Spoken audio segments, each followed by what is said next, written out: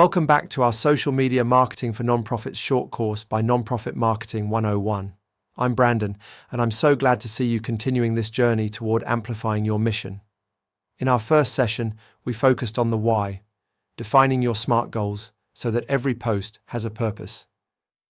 By now, you should have at least 3 specific goals written down. But even the clearest goal can fall flat if it isn't directed at the right people. That brings us to step 2. Understanding your audience. Today, we are moving beyond the word everyone to find out who you are truly talking to. The myth of everyone. In the nonprofit world, we often fall into a common trap. We think, our mission helps the whole community, or our work protects the entire planet, so our social media audience must be everyone. While your impact is indeed broad, trying to speak to everyone on social media often means you end up effectively speaking to no one. Think about it. A high school student looking to volunteer for their graduation requirements cares about very different things than a retired CEO looking to make a legacy donation. If you use the same tone, the same images, and the same platforms for both, your message gets diluted.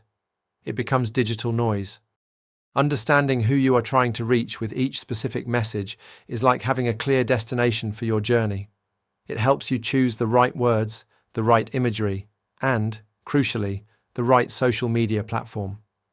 When you know your audience, your social media stops being a shot in the dark and becomes a powerful, focused tool for your mission. Key audience groups. While every NGO is unique, most of your online supporters fall into one of 5 key categories. Understanding these groups helps you tailor your content. 1. Donors. These are the individuals or organizations providing the financial fuel for your work. They need to see transparency, impact, and trust. 2. Volunteers. These people want to dedicate their time and skills. They are looking for community, skill building, and a sense of belonging. 3. Beneficiaries and community members.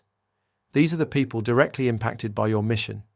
They need accessibility, hope, and clear information on how to access your services. 4. Advocates. These are your superfans.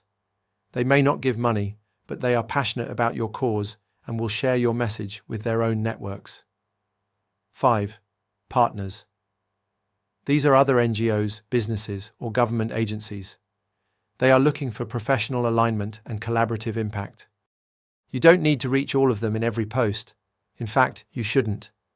The secret to a sustainable strategy is knowing which group you want to influence right now. The power of personas. To make these groups feel real, we use something called an audience persona. Think of this as a character sketch of your ideal supporter. By giving them a nickname and a personality, we stop talking to a segment and start talking to a person.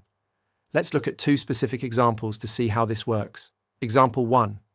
Tech philanthropist Tony. Imagine tech philanthropist Tony. Tony is an older American man and the CEO of a successful tech company.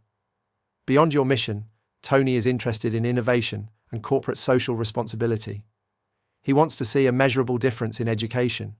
Because we know Tony, we know he spends his time on LinkedIn for professional connections and X for news.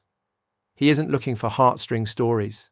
He's looking for a vetted, impactful way for his company to fulfill its social goals. When you write for Tony, you use data, professional language, and talk about long-term impact. Example 2. Passionate student Priya. Now compare Tony to passionate student Priya. Priya is a 20-year-old university student. She cares about social justice and making a tangible, on-the-ground difference. She loves visual storytelling and quick updates. Priya isn't on LinkedIn much. She's on Instagram and TikTok.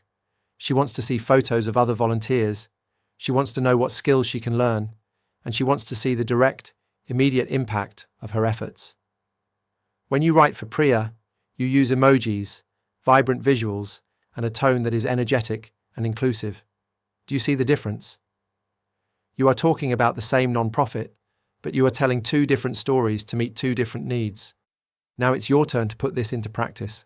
You can find our simple audience persona worksheet in our free products section on the website, or if you prefer, you can just grab a pen and paper, whatever is easiest for you. I want you to focus on just 1 or 2 primary groups you want to reach right now.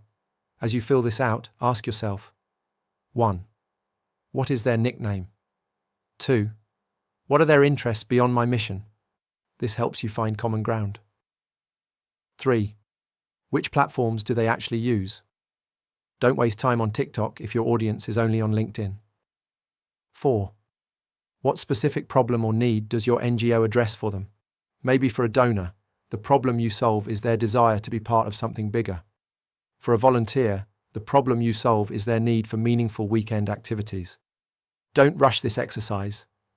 The more detailed you make your personas, the easier it will be to create content that people actually want to engage with.